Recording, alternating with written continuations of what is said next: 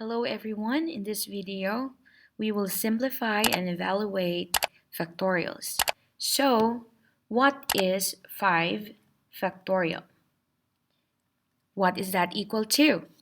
5 factorial is basically 5 times 4 times 3 times 2 times 1. So since this is multiplication, let us multiply each number. 5 times 4, that is 20. 3 times 2 times 1 is equal to 6, so that is 6. And 20 times 6 is equal to 120. So 5 factorial is equal to 120. If we have 4 factorial,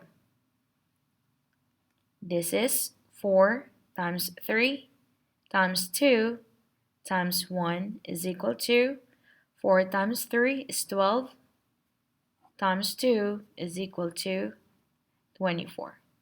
4 factorial is equal to 24. Let's have 3 factorial plus 5 factorial. So let us expand 3 factorial first.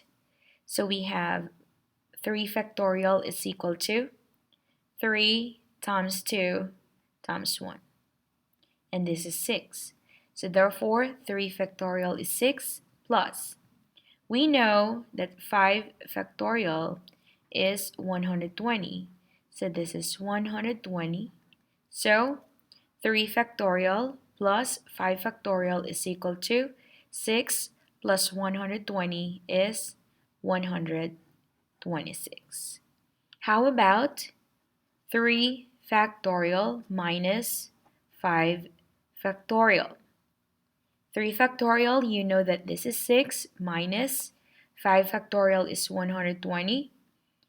And 6 minus 120 is equal to negative 114. 3 factorial minus 5 factorial is equal to negative 114. If we divide 10 factorial by 8 factorial, expand each, 10 times 9 times. So since you know that this is 8 factorial and this division, we can cross out or cancel it because any number divided by itself is equal to 1.